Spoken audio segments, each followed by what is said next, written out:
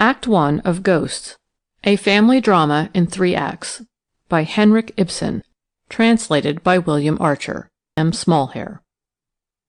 The action takes place at Mrs. Alving's country house, beside one of the large fjords in western Norway. Act 1. A spacious garden room with 1 door to the left and 2 doors to the right. In the middle of the room a round table, with chairs about it. On the table lie books, periodicals, and newspapers. In the foreground to the left a window, and by it a small sofa, with a work-table in front of it. In the background the room is continued into a somewhat narrower conservatory, the walls of which are formed by large panes of glass. In the right-hand wall of the conservatory is a door leading down into the garden. Through the glass wall a gloomy fjord landscape is faintly visible, veiled by steady rain. Engstrand, the carpenter, stands by the garden door. His left leg is somewhat bent. He has a clump of wood under the sole of his boot.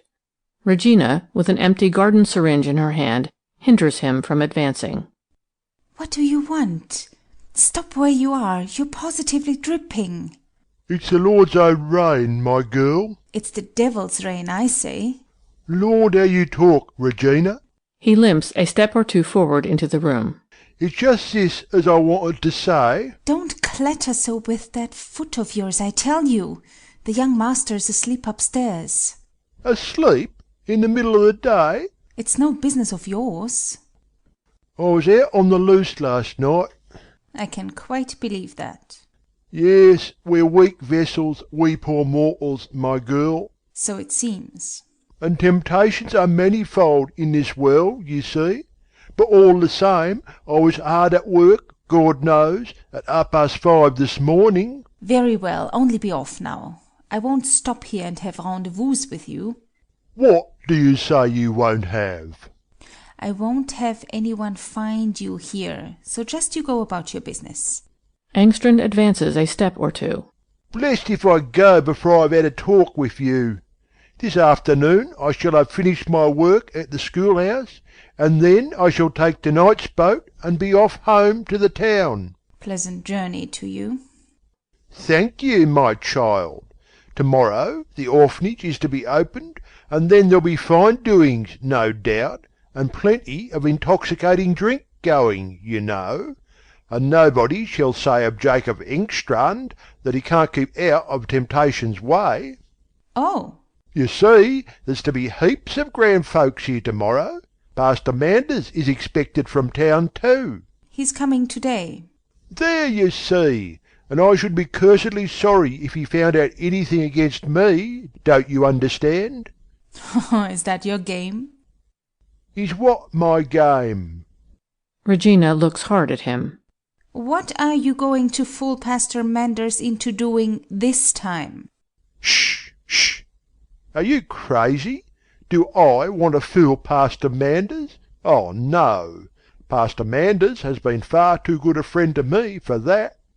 But I just wanted to say, you know, that I mean to be off home again tonight. The sooner the better, say I. Yes, but I want you with me, Regina.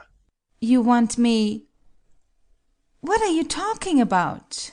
I want you to come home with me, I say. Never in this world shall you get me home with you. Oh, we'll see about that. Yes, you may be sure we'll see about it. Me, that have been brought up by a lady like Mrs. Alving. Me, that I am treated almost as a daughter here. Is it me you want to go home with you? To a house like yours? For shame! What the devil do you mean? Do you set yourself up against your father, you hussy? Regina mutters without looking at him. You've said often enough I was no concern of yours. Pooh! Why should you bother about that? Haven't you many a time sworn at me and called me a... Fi donc? Curse me now, if ever I use such an ugly word. Oh, I remember very well what word you used. Well, but that was only when I was a bit on, don't you know? Temptations are manifold in this world, Regina. Ugh! And besides, it was when your mother was that aggravating. I had to find something to twit her with, my child. She was always setting up for a fine lady. Let me go, Engstrand, let me be. Remember, I was 3 years in Chamberlain Alving's family at Rosenwald. Ha ha ha ha ha! Mercy on us! She could never forget that the captain was made a chamberlain while she was in service here. Poor mother! You very soon tormented her into her grave. Engstrand, with a twist of his shoulders. Oh, of course, I'm to have the blame for everything. Regina turns away. Ugh! And that leg, too. What do you say, my child? Pied de mouton. Is that English, eh? Yes. You picked up some learning out here, and that may come in useful now, Regina. What do you want with me in town? Can you ask what a father wants with his only child? Aren't I a lonely, forlorn widower? Oh, don't try on any nonsense like that with me. Why do you want me? Well, let me tell you, I've been thinking of setting up in a new line of business. You've tried that often enough, and much good you've done with it. Yes, but this time you shall see, Regina. Devil take me. Regina stamps. Stop your swearing! Hush, hush. You're right enough there, my girl. What I wanted to say was just this. I've laid by a very tidy pile from this orphanage job. Have you? That's a good thing for you. What can a man spend his eightpence on here in this country hole? Well, what then? Why, you see, I thought of putting the money into some paying speculation. I thought of a sort of sailor's tavern. Pah! A regular high-class affair, of course. Not any sort of pigsty for common sailors. No, damn it. It would be for captains and mates and regular swells, you know. And I was to... You were to help, to be sure. Only for the look of the thing, you understand. Devil of a bit of hard work shall you have, my girl. You shall do exactly what you like. Oh, indeed. But there must be a petticoat in the house. That's as clear as daylight. For I want to have it a bit lively like in the evenings, with singing and dancing and so on. You must remember they're weary wanderers on the ocean of life. He comes nearer. Now don't be a fool and stand in your own light, Regina. What's to become of you out here? Your mistress has given you a lot of learning, but what good is that to you? You're to look after the children at the new orphanage, I hear. Is that the sort of thing for you, eh? Are you so dead set on wearing your life out for a pack of dirty brats? No, if things go as I want them to... Well, there's no saying. There is no saying. What do you mean by there's no saying? Never you mind. How much money have you saved? What, with one thing and another, a matter of 700 or 800 crowns. That's not so bad. It's enough to make a start with, my girl. Aren't you thinking of giving me any? No, I'm blessed if I am. Not even of sending me a scrap of stuff for a new dress? Come to town with me, my lass, and you'll soon get dresses enough. Poof! I can do that on my own account if I want to. No, a father's guiding hand is what you want, Regina. Now, I've got my eye on a capital house in Little Harbour Street. They don't want much ready money, and it could be a sort of sailor's home, you know. But I will not live with you. I have nothing whatever to do with you. Be off. You wouldn't stop long with me, my girl. No such luck. If you knew how to play your cards, such a fine figure of a girl as you've grown in the last year or two, Well, you'd soon get hold of some mate, or maybe even a captain. I won't marry any of that sort. Sailors have no savoir-vivre. What's that they haven't got? I know what sailors are, I tell you. They're not the sort of people to marry. Then never mind about marrying them. You can make it pay all the same. He, the Englishman, the man with the yacht, he came down with $300, he did. And she wasn't a bit handsomer than you. Regina makes for him. Out you go! Engstrand falls back. Come, come, you're not going to hit me, I hope. Yes, if you begin talking about mother, I shall hit you. Go away with you, I say. Regina drives him back towards the garden door. And don't slam the doors. Young Mr. Alving. He's asleep, I know. You're mightily taken up with that young Mr. Alving. Oh, you don't mean to say it's him as... Be off this minute. You're crazy, I tell you. No, not that way. There comes Pastor Manders. Down the kitchen stairs with you. Engstrand moves towards the right. Yes, yes, I'm going. But just you talk to him as is coming there. He's the man to tell you what a child owes its father. For I am your father all the same, you know. I can prove it from the church register.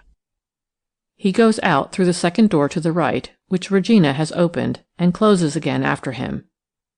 Regina glances hastily at herself in the mirror, dusts herself with her pocket-handkerchief, and settles her necktie. Then she busies herself with the flowers.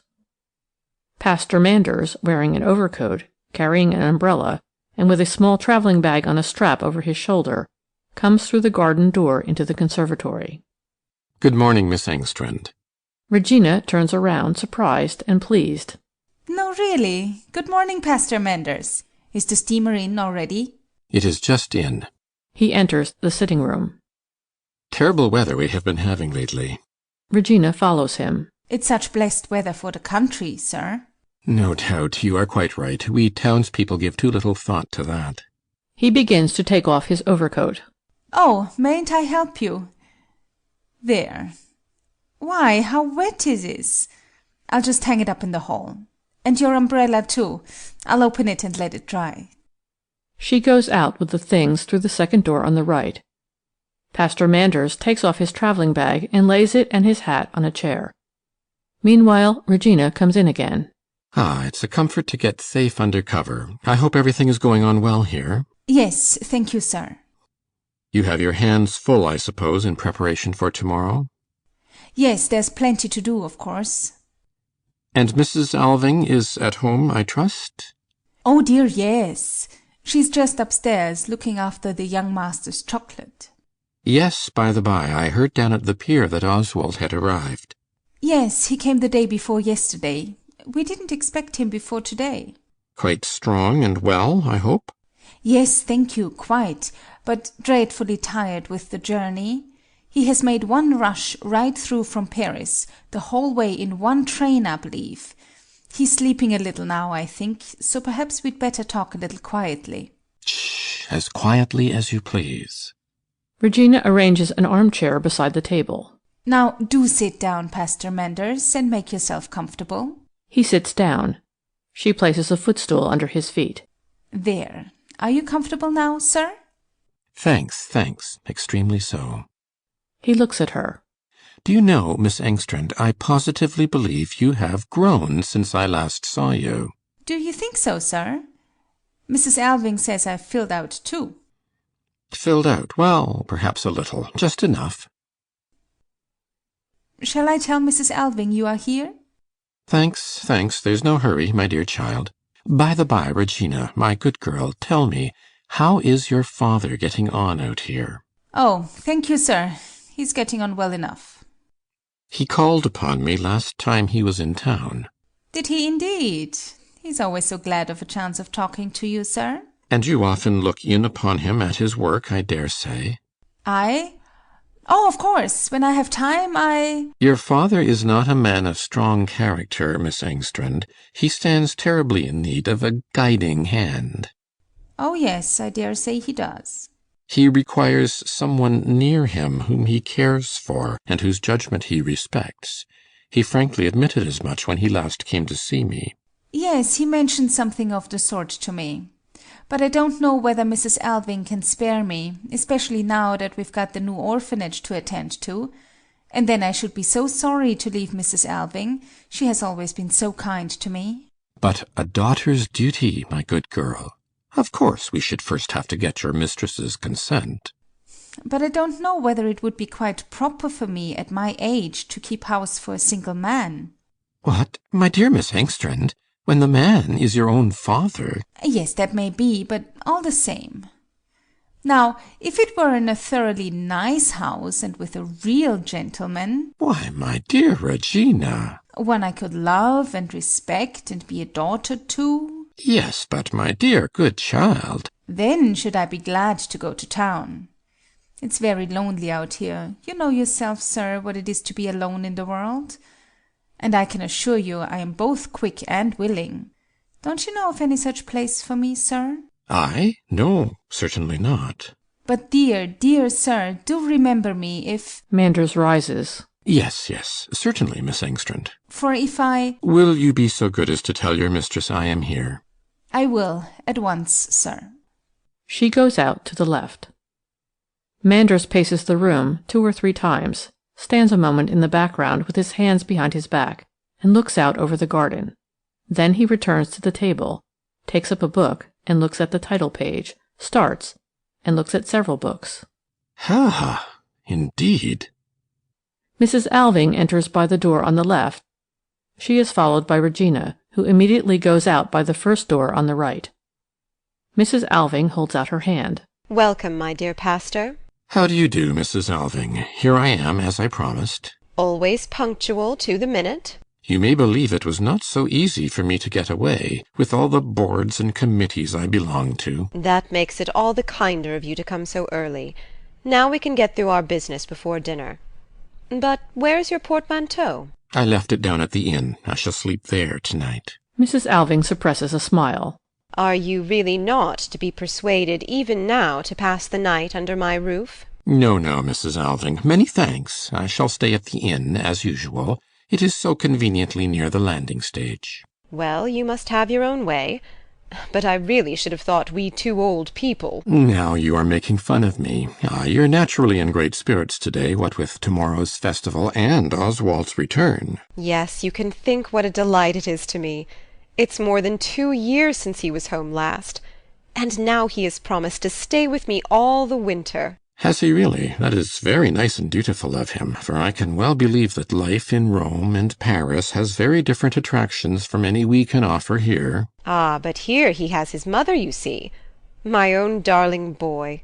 He hasn't forgotten his old mother. It would be grievous indeed if absence and absorption in art and that sort of thing were to blunt his natural feelings. Yes, you may well say so. But there's nothing of that sort to fear with him. I'm quite curious to see whether you will know him again. He'll be down presently. He's upstairs just now, resting a little on the sofa. But do sit down, my dear pastor. Thank you. Are you quite at liberty? Certainly. She sits by the table. Very well, then let me show you. He goes to the chair where his travelling bag lies, takes out a packet of papers, sits down on the opposite side of the table, and tries to find a clear space for the papers. Now, to begin with, here is... Tell me, Mrs. Alving, how do these books come to be here? These books? They are books I am reading. Do you read this sort of literature? Certainly I do. Do you feel better or happier for such reading? I feel, so to speak, more secure. That is strange. How do you mean? Well, I seem to find explanation and confirmation of all sorts of things I myself have been thinking. For that is the wonderful part of it, Pastor Manders. There is really nothing new in these books, nothing but what most people think and believe.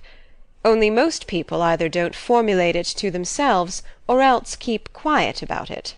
Great heavens, do you really believe that most people... I do indeed.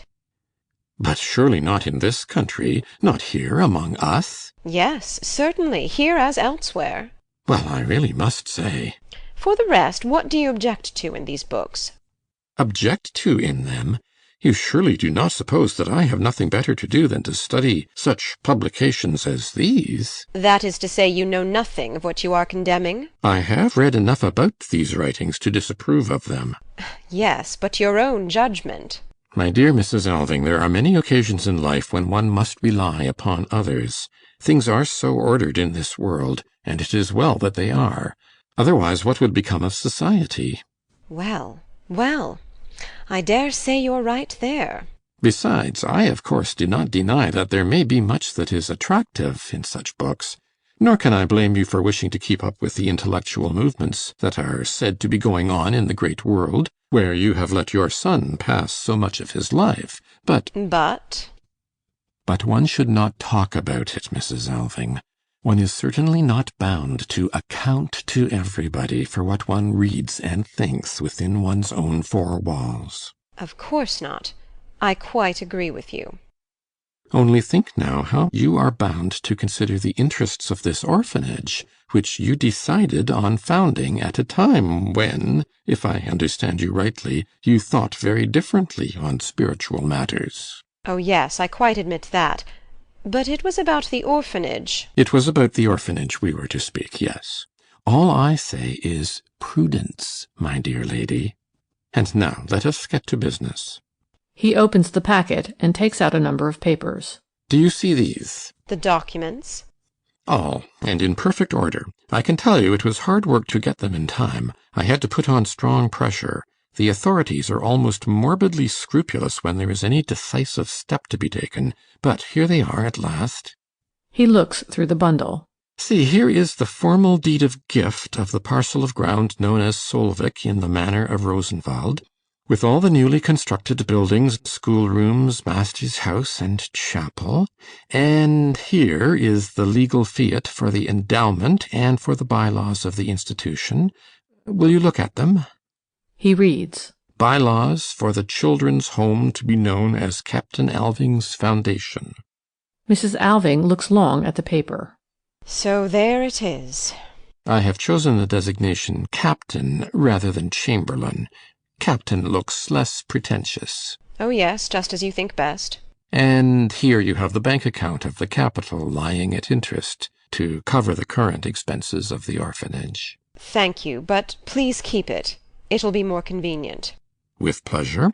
I think we will leave the money in the bank for the present. The interest is certainly not what we would wish, 4% and 6 months' notice of withdrawal. If a good mortgage could be found later on, of course it must be a first mortgage and an unimpeachable security, then we could consider the matter.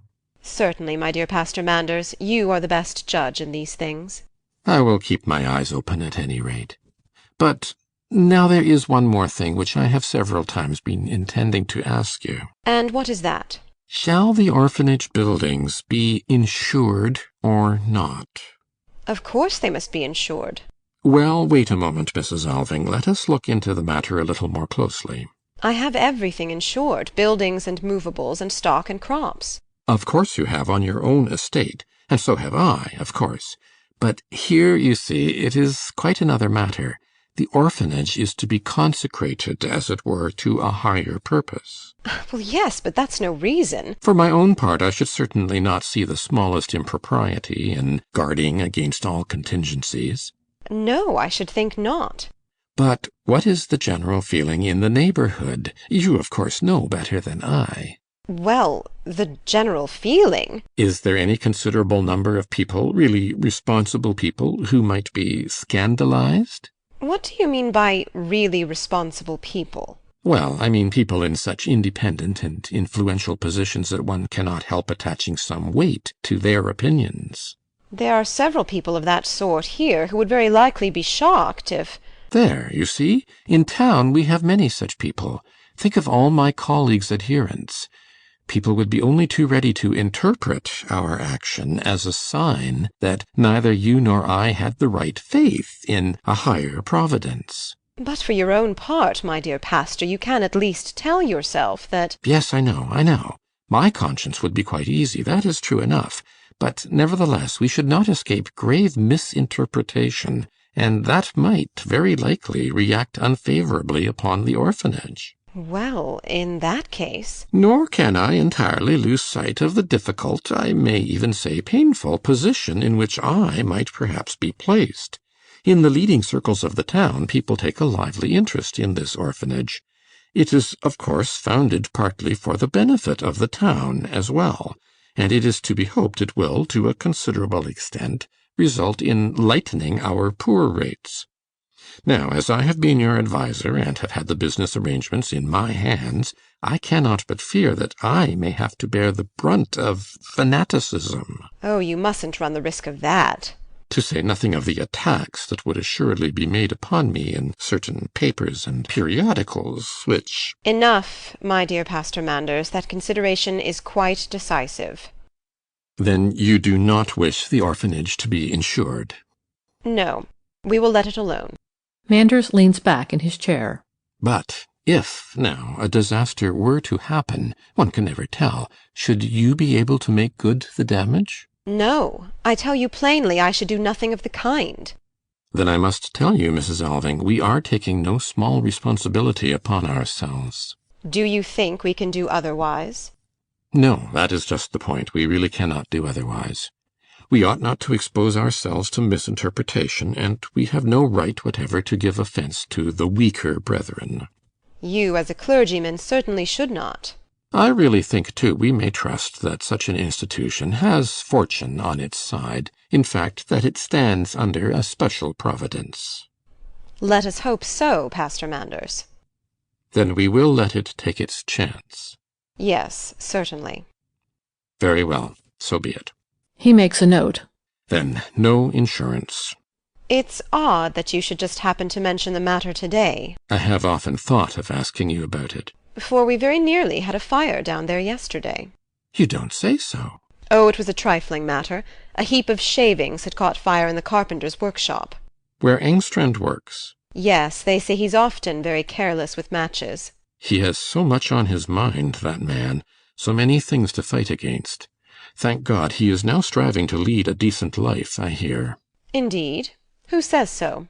He himself assures me of it, and he is certainly a capital workman. Oh, yes, so long as he's sober. Ah, that melancholy weakness. But he is often driven to it by his injured leg, he says. Last time he was in town I was really touched by him. He came and thanked me so warmly for having got him work here, so that he might be near Regina. He doesn't see much of her. Oh, yes, he has a talk with her every day. He told me so himself. Well, it may be so. He feels so acutely that he needs someone to keep a firm hold on him when temptation comes. That is what I cannot help liking about Jacob Engstrand.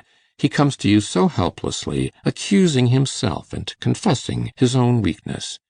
The last time he was talking to me, believe me, Mrs. Alving, supposing it were a real necessity for him to have Regina home again. Mrs. Alving rises hastily. Regina? You must not set yourself against it. Indeed, I shall set myself against it. And besides, Regina is to have a position in the orphanage. But after all, remember, he is her father. Oh, I know very well what sort of a father he has been to her. No, she shall never go to him with my good will. Manders rises. My dear lady, don't take the matter so warmly. You sadly misjudge poor Engstrand. You seem to be quite terrified. It makes no difference. I have taken Regina into my house, and there she shall stay. She listens. Hush, my dear Mr. Manders, say no more about it. Her face lights up with gladness. Listen, there is Oswald coming downstairs. Now we'll think of no one but him. Oswald Alving, in a light overcoat, hat in hand, and smoking a large meerschaum, enters by the door on the left. He stops in the doorway. Oh, I beg your pardon. I thought you were in the study. He comes forward. Good morning, Pastor Manders. Manders stares. Ah, how strange. Well, now, what do you think of him, Mr. Manders? Can it really be? Yes, it's really the prodigal son, sir. My dear young friend. Well then, the lost sheep found. Oswald is thinking of the time when you were so much opposed to his becoming a painter. To our human eyes many a step seems dubious, which afterwards proves. Manders wrings his hand. But first of all, welcome home. Do not think, my dear Oswald, I suppose I may call you by your Christian name? What else should you call me?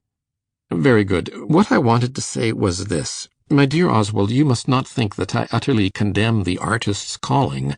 I have no doubt there are many who can keep their inner self unharmed in that profession as in any other.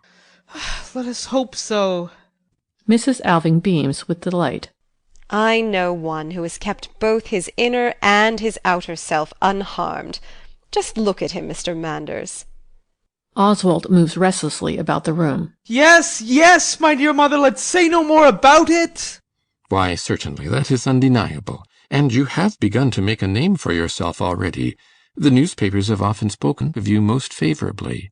Just lately, by the by, I fancy I haven't seen your name quite so often. Oswald replies from up in the conservatory. I haven't been able to paint so much lately. Even a painter needs a little rest now and then.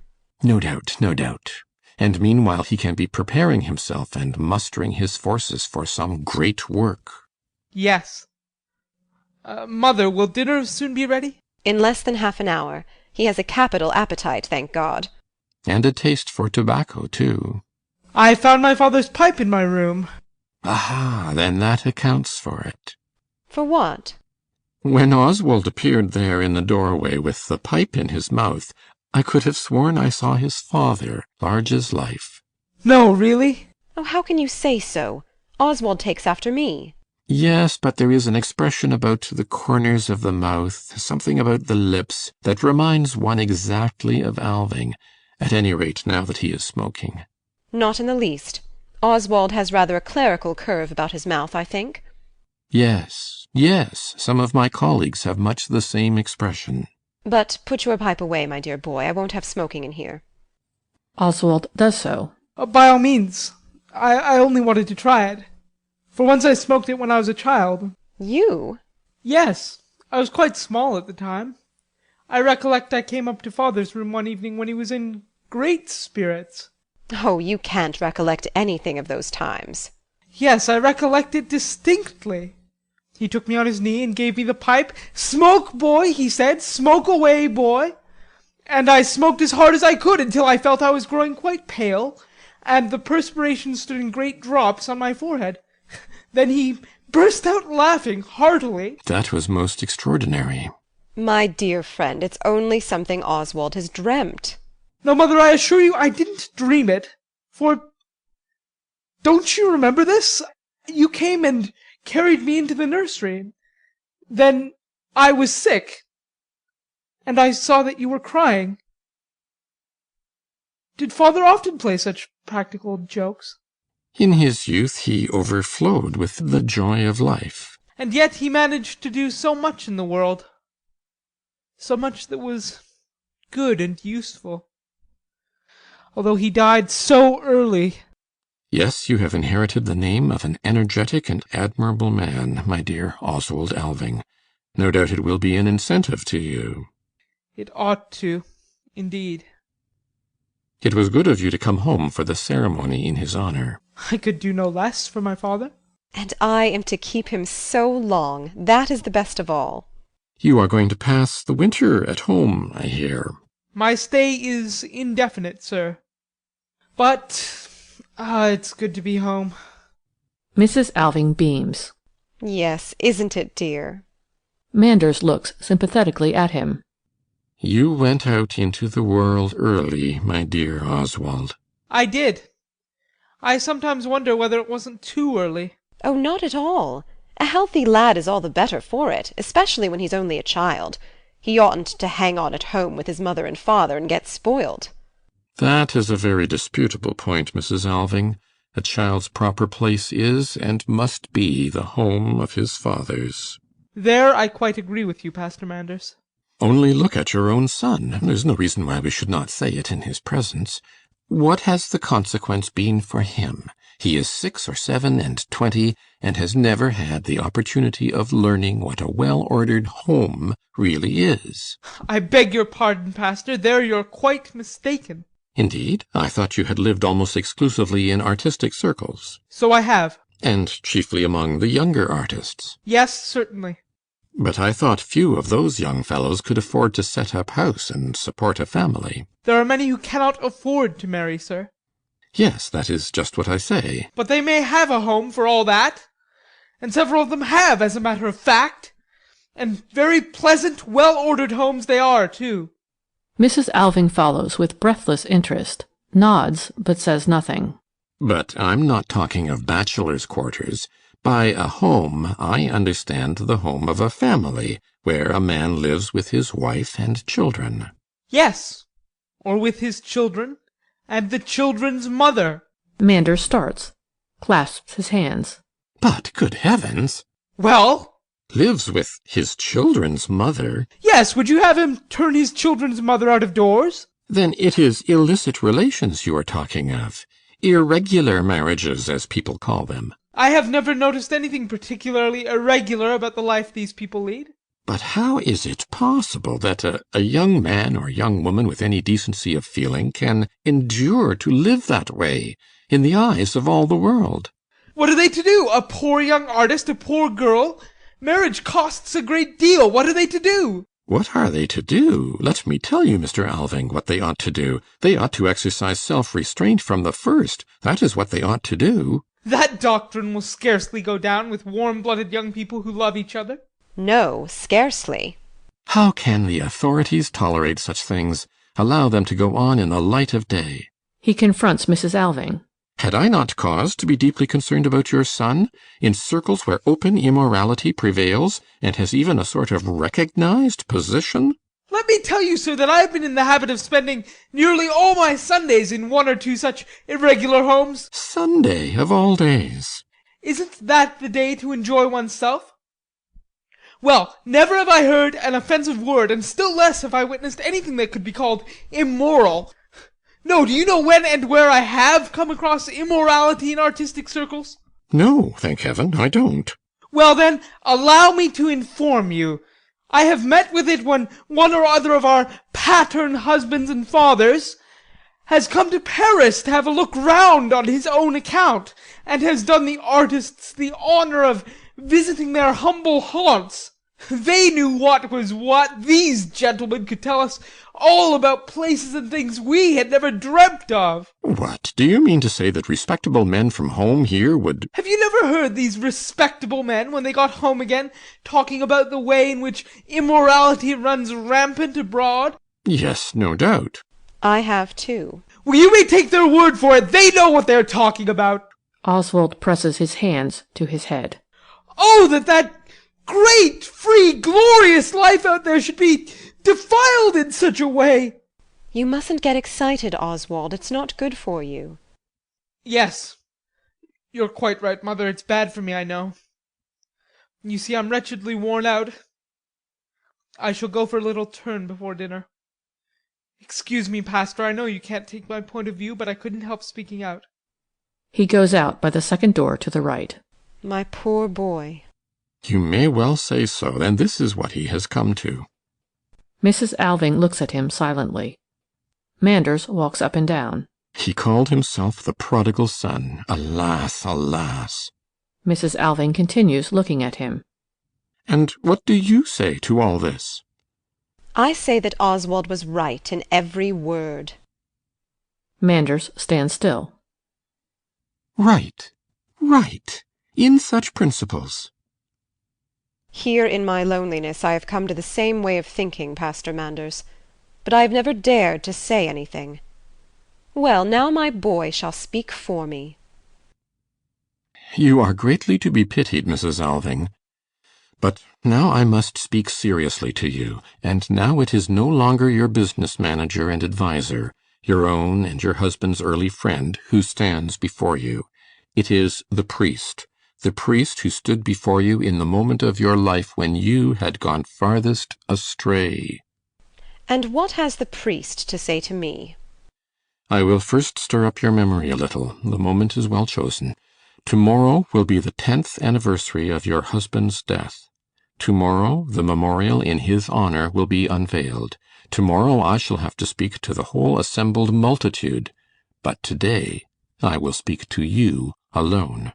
Very well, Pastor Manders. Speak. Do you remember that after less than a year of married life you stood on the verge of an abyss, that you forsook your house and home, that you fled from your husband? Yes, Mrs. Alving, fled, and refused to return to him, however much he begged and prayed you? Have you forgotten how infinitely miserable I was in that first year? It is the very mark of the spirit of rebellion to crave for happiness in this life. What right have we human beings to happiness? We have simply to do our duty, Mrs. Alving, and your duty was to hold firmly to the man you had once chosen and to whom you were bound by the holiest ties. You know very well what sort of life Alving was leading, what excesses he was guilty of.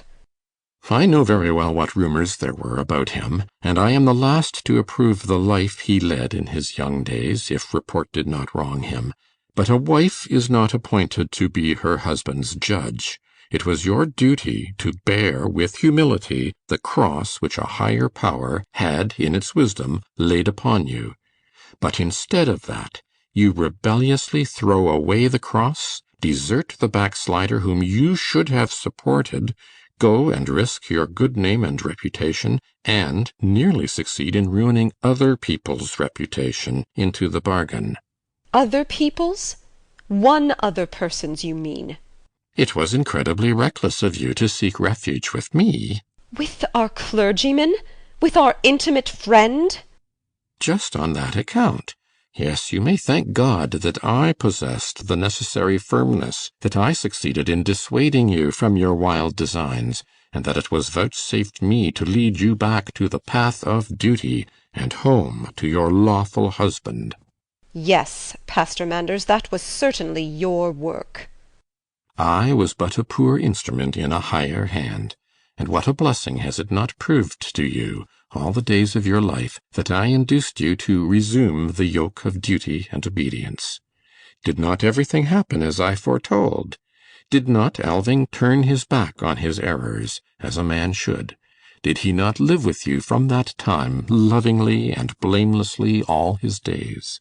Did he not become a benefactor to the whole district? And did he not help you to rise to his own level, so that you, little by little, became his assistant in all his undertakings? And a capital assistant, too. Oh, I know, Mrs. Alving, that praise is due to you. But now I am come to the next great error in your life. What do you mean? Just as you once disowned a wife's duty, so you have since disowned a mother's. Oh. You have been all your life under the dominion of a pestilent spirit of self-will. The whole bias of your mind has been towards insubordination and lawlessness. You have never known how to endure any bond. Everything that has weighed upon you in life you have cast away, without care or conscience, like a burden you were free to throw off at will. It did not please you to be a wife any longer, and you left your husband. You found it troublesome to be a mother, and you sent your child forth among strangers. Yes, that is true. I did so. And thus you have become a stranger to him. No, no, I am not. Yes, you are, you must be. And in what state of mind has he returned to you? Bethink yourself well, Mrs. Alving. You sinned greatly against your husband. That you recognize by raising yonder memorial to him. Recognize now also how you have sinned against your son. There may yet be time to lead him back from the paths of error. Turn back yourself and save what may yet be saved in him. For, with uplifted forefinger, verily, Mrs. Alving, you are a guilt-laden mother. This I have thought it my duty to say to you. You have now spoken out, Pastor Manders, and tomorrow you are to speak publicly in memory of my husband. I shall not speak tomorrow. But now I will speak frankly to you, as you have spoken to me. To be sure, you will plead excuses for your conduct. No, I will only tell you a story. Well? All that you have just said about my husband and me, and our life after you had brought me back to the path of duty, as you called it, about all that you know nothing from personal observation. From that moment, you, who had been our intimate friend, never set foot in our house again. You and your husband left the town immediately after. Yes, and in my husband's lifetime you never came to see us. It was business that forced you to visit me when you undertook the affairs of the orphanage. Helen, if that is meant as a reproach, I would beg you to bear in mind the regard you owed to your position, yes, and that I was a runaway wife. One can never be too cautious with such unprincipled creatures. My dear Mrs. Alving, you know that is an absurd exaggeration. Well, well, suppose it is. My point is that your judgment as to my married life is founded upon nothing but common knowledge and report. I admit that. What then? Well, then, Pastor Manders, I will tell you the truth. I have sworn to myself that one day you should know it, you alone. What is the truth, then? The truth is that my husband died just as dissolute as he had lived all his days. Manders feels after a chair. What do you say? After 19 years of marriage, as dissolute, in his desires at any rate, as he was before you married us. And those wild oats, those irregularities, those excesses, if you like, you call a dissolute life? Our doctor used the expression. I do not understand you. You need not. It almost makes me dizzy. Your whole married life, the seeming union of all these years, was nothing more than a hidden abyss? Neither more nor less. Now you know it. This is inconceivable to me. I cannot grasp it. I cannot realize it. But how was it possible to... How could such a state of things be kept secret? That has been my ceaseless struggle, day after day. After Oswald's birth, I thought Alving seemed to be a little better, but it did not last long. And then I had to struggle twice as hard, fighting as though for life or death, so that nobody should know what sort of man my child's father was. And you know what power Alving had of winning people's hearts. Nobody seemed able to believe anything but good of him. He was one of those people whose life does not bite upon their reputation. But at last, Mr. Manders, for you must know the whole story, the most repulsive thing of all happened. More repulsive than what you have told me? I had gone on bearing with him, although I knew very well the secrets of his life out of doors. But when he brought the scandal within our own walls... Impossible. Here? Yes, here, in our own home. It was there. She points toward the first door on the right. In the dining room that I first came to know of it. I was busy with something in there, and the door was standing ajar. I heard our housemaid come up from the garden with water for those flowers. Well? Soon after, I heard Alving come in too. I heard him say something softly to her. And then I heard... Oh, it still sounds in my ears, so hateful and yet so ludicrous. I heard my own servant-maid whisper, "Let me go, Mr. Alving. Let me be." What unseemly levity on his part! But it cannot have been more than levity, Mrs. Alving. Believe me, it cannot. I soon knew what to believe.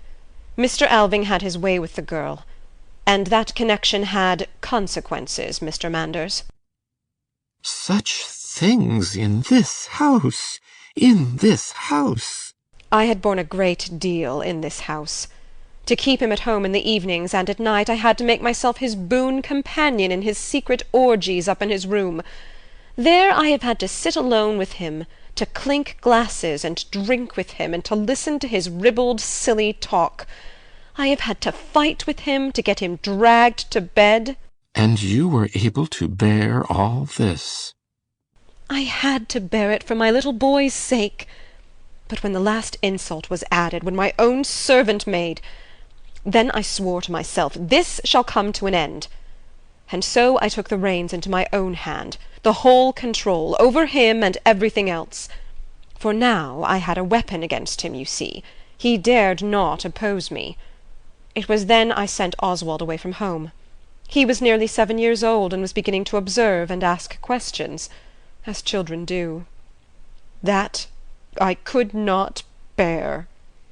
It seemed to me the child must be poisoned by merely breathing the air of this polluted house. That was why I sent him away. And now you can see, too, why he was never allowed to set foot inside his home so long as his father lived. No one knows what that cost me. You have indeed had a life of trial. I could never have borne it if I had not had my work. For I may truly say that I have worked. All the additions to the estate, all the improvements, all the labour-saving appliances that Alving was so much praised for having introduced, do you suppose he had energy for anything of the sort? He who lay all day on the sofa reading an old court guide? No. But I may tell you this, too. When he had his better intervals, it was I who urged him on. It was I who had to drag the whole load when he relapsed into his evil ways, or sank into querulous wretchedness. And it is to this man that you raise a memorial? There you see the power of an evil conscience. Evil? What do you mean? It always seemed to me impossible but that the truth must come out and be believed. So the orphanage was to deaden all rumours and set every doubt at rest. In that you have certainly not missed your aim, Mrs. Alving. And besides, I had one other reason. I was determined that Oswald, my own boy, should inherit nothing whatever from his father. Then it is Alving's fortune that— Yes. The sums I have spent upon the orphanage year by year make up the amount, I have reckoned it up precisely, the amount which made Lieutenant Alving a good match in his day. I don't understand. It was my purchase money. I do not choose that that money should pass into Oswald's hands. My son shall have everything from me. Everything. Oswald Alving enters through the second door to the right. He has taken off his hat and overcoat in the hall. Mrs. Alving goes towards him. Are you back again already? Oh, my dear, dear boy. Yes. What can a fellow do out of doors in this eternal rain? But I hear dinner is ready. That's capital. Regina enters with a parcel from the dining room. A parcel has come for you, Mrs. Alving. She hands it to her. Mrs. Alving, with a glance at Mr. Manders. No doubt copies of the ode for tomorrow's ceremony. And dinner is ready. Very well, we will come directly. I will just— She begins to open the parcel. Regina asks Oswald. Would Mr. Alving like red or white wine? Both, if you please. Bien. Very well, sir. She goes into the dining room. I may as well help to uncork it. He also goes into the dining room, the door of which swings half open behind him. Mrs. Alving, who has opened the parcel— Yes, I thought so. Here is the ceremonial ode, Pastor Manders. Manders folds his hands. With what countenance I am to deliver my discourse tomorrow. Oh, you will get through it somehow. Manders replies softly so as not to be heard in the dining room. Yes, it would not do to provoke scandal. No. But then this long, hateful comedy will be ended. From the day after tomorrow I shall act in every way as though he who is dead had never lived in this house. There shall be no one here but my boy and his mother. From the dining room comes the noise of a chair overturned, and at the same moment is heard— Oswald, take care. Are you mad? Let me go. Mrs. Alving starts in terror. Ah! She stares wildly towards the half-open door. Oswald is heard laughing and humming. A bottle is uncorked. What can be the matter? What is it, Mrs. Alving? Ghosts! The couple from the conservatory! Risen again! Is it possible? Regina? Is she? Yes. Come. Not a word. She seizes Pastor Manders by the arm and walks unsteadily towards the dining room. End of Act 1.